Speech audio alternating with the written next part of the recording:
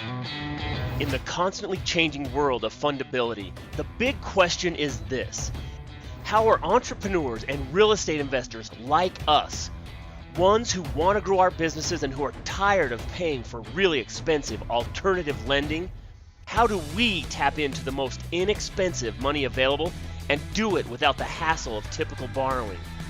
That is the question, and this podcast will give you the answers.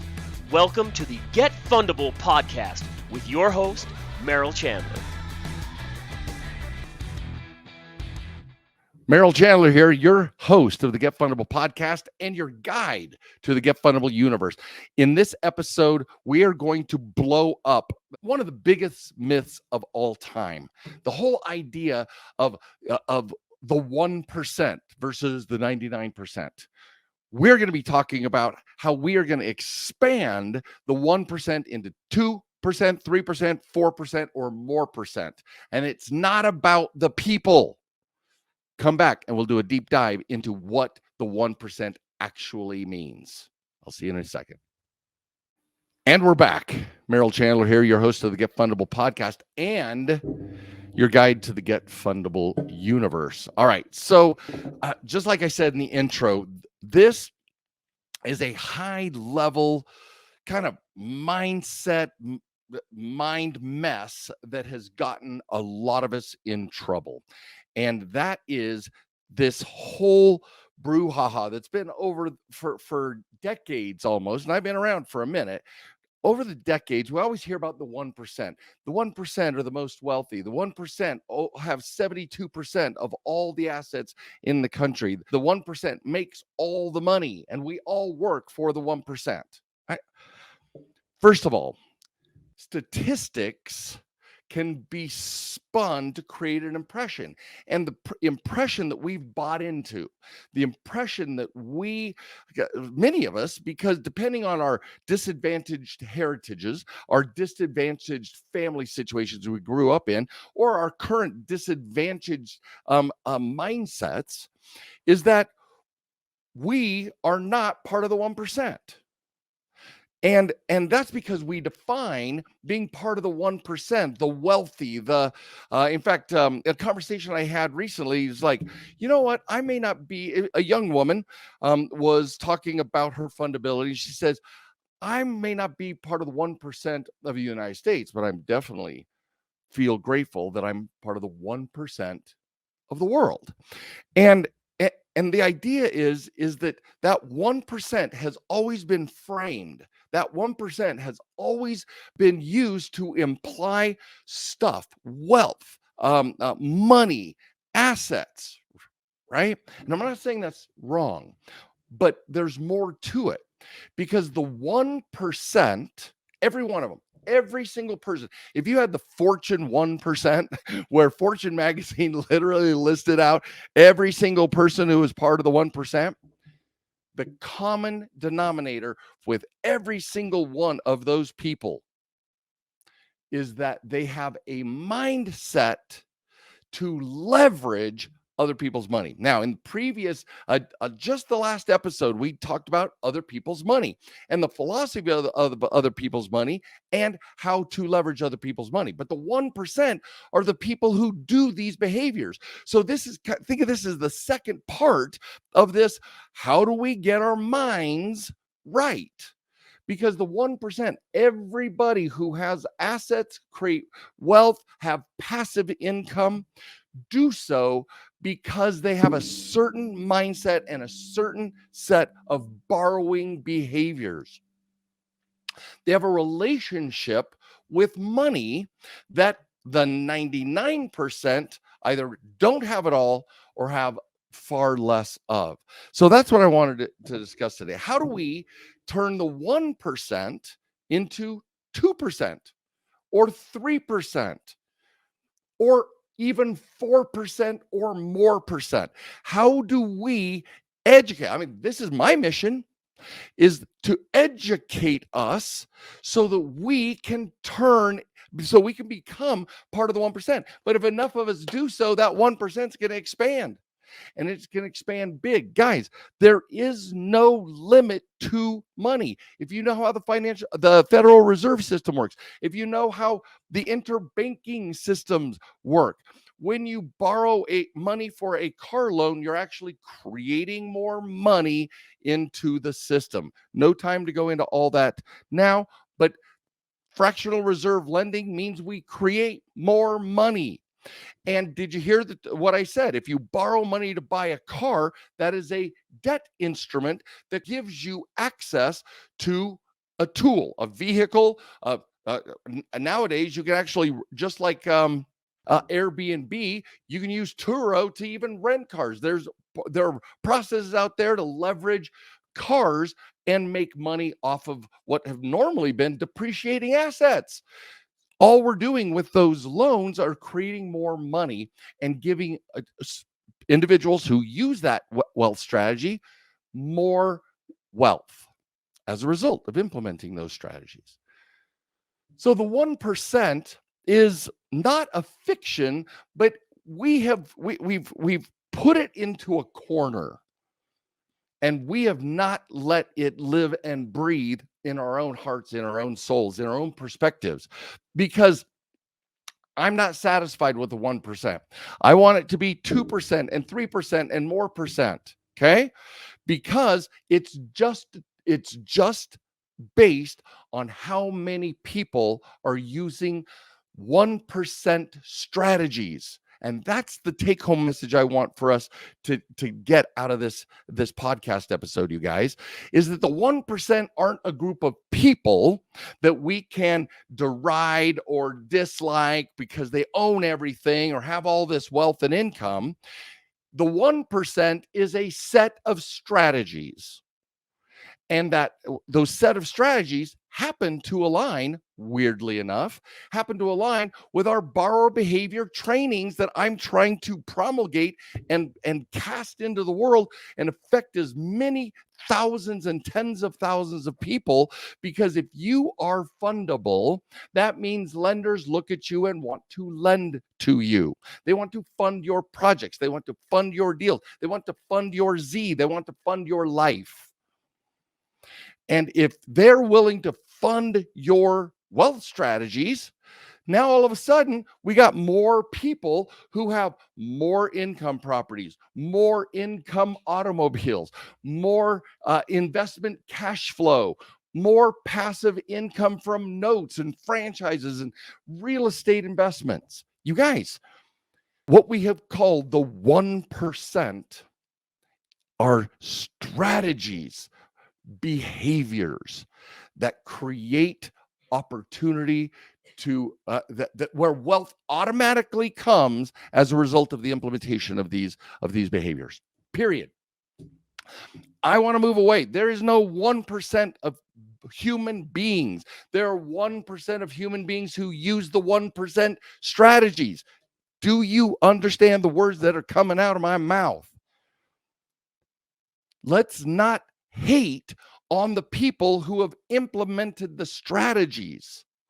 Let's adopt the strategies in our own lives and expand the 1% into making everyone in this country. Do you realize there is enough in the way our system works? There is enough for every single human being in this country to become millionaires multiple times over.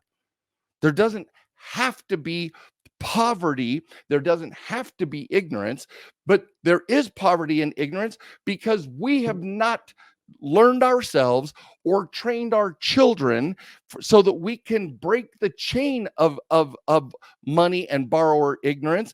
And that's what keeps us from being at the top of this funding game. Whew, that was a rant. So here's the thing, guys. Let's stop hating. Let's stop envying. Let's start implementing.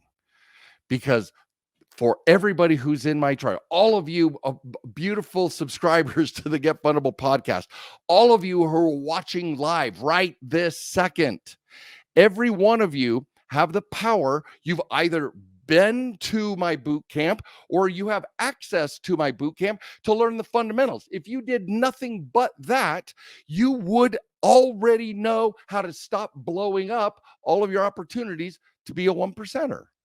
A one percenter's behavior, not the identity of the one percenter. You guys follow me? For my live audience, like or love this if you guys get what the devil I am saying, because this is crazy talk to hate on people who have adopted behaviors and perspectives that are available to us. That's just insanity. That's insanity. That's like sitting outside of a room. There's no wall or no door. You're literally in the doorway looking into a banquet where there is a massive banquet sitting before you, and you're hating on the people who are eating the banquet when all you have to do is walk in, pick up a plate, and start eating yourself. That's it. That's it. Just participate in the banquet of life. But there's a lot of us who have beliefs about this stuff, and I'm not here to discount our heritage, where we have generations of poverty mindset. No harm, no foul. Some of us are breaking the chains. Some of our parents broke the chains, and now we get we get to stand on their shoulders and look further and see more possibility for our lives. But I'm telling you right now, the banquet is there. It will never, the way our system is designed, we will never, there will always be waiters bringing in more to refresh the shrimp and the sizzling steaks and anything you want to put on your banquet. It's already there. It's a renewable resource. We're never going to run out, ever. We're not going to run out. The question is, are you going to pick up your plate and join this party? And the way we join the party is simply by learning and adopting, implementing these borrower behaviors that allow lenders to give you money, and they make money, and they will keep lending to you because you are their perfect customer. How are they not going to lend to you? It's just insanity to me. The lenders make money when they lend, and they want to give you as much money as you can possibly handle. So, not a lot more to be said on this, but I just, it really gets under my skin when. So let me ask you this, and this is a hard question. Love me, hate me, but I'm willing to ask you the question. What payoffs might we get for embracing our smallness? What kind of charge, what kind of juice do we get for casting blame on the system or other people or otherwise, instead of picking up our plate and our fork and joining the banquet? What kind of payoffs do we get for playing small? Because that's the only other thing. You either learn and implement the rules of prosperity and abundance, which always includes other people's money. If you were born a billionaire, the first lesson that your mom and dad are going to teach you as a billionaire's child is how to have some skin in the game, but go get other people's money to do your deals. I mean, Elon Musk was a billionaire before he started SpaceX and or Tesla. He didn't use his own money. He went and leveraged other people's money. He used his vision and showed all the other people, I'm in. I'm all in. 100% in. And then through thick and thin, he continued to invest in himself, invest in his own enterprises, and invited others to join him. And guess what? Most of those others are all using the principles of the 1% to now Tesla's off the chart, SpaceX off the chart, et cetera, et cetera, et cetera.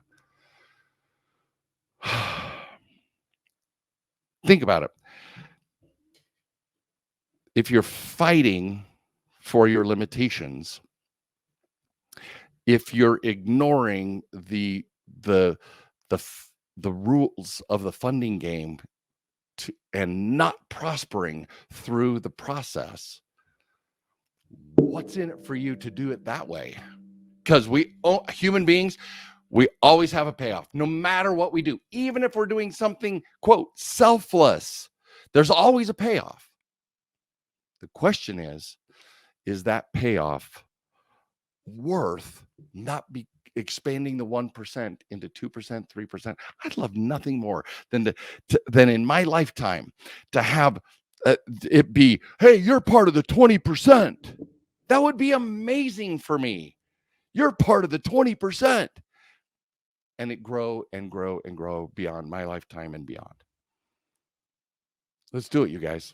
Let's stop sabotaging ourselves. Let's learn the rules of fundability. Let's learn the rules of how to leverage other people's money. Let's learn the rules of this game, and let's play it as well as the people who are already professionals. Let's learn from them. And then by adopting those rules and implementing those strategies, we've just expanded the vast amount of wealth that's available in this country and in the world. This is Merrill Chandler, your host of Get Fundable podcast. And for those of you who are listening to the podcast, if you haven't already subscribe, rate, review, tell us what you're thinking, right? Share this. And we're recording this live to our Get Fundable Tribe Facebook page. So follow us on Facebook.